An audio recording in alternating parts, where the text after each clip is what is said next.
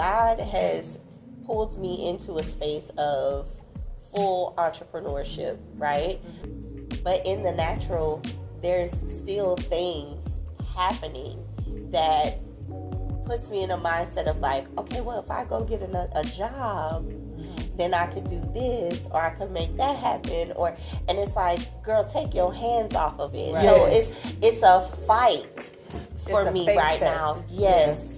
And it's like, I cannot afford to fail my test. I cannot afford to let God down. Right. I don't want to disappoint him. That means everything to me. Yeah, I think the bottom line, what it comes down to is choice. Yeah. We also have to quench that spirit of arrogance that we don't even see. Yeah. You know, because like you just said, okay, I can go and make this money.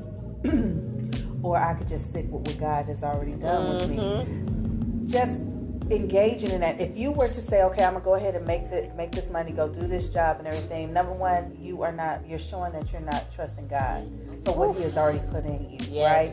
But then you're also, there's an arrogance in you, like, oh, I could do this better than what God has already told me that he's gonna do, you know? So it comes down to a choice. We have to make that every day, and it's so hard because half the times you don't even think about it like that. Right. So you're not even thinking about, but everything is spiritual. You know? Yes. And we get caught up in the fast pace of how everything goes, and doing what God requires us to do sometimes falls into the backdrop. That's when the problems come. Yeah. What do you do when the circumstances are so heavy? That part. You know what I'm talking about?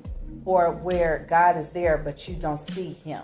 You know what I'm talking about? What do you do with that? Yes. You know, that's when it becomes extremely hard to handle. What do you think, Chris?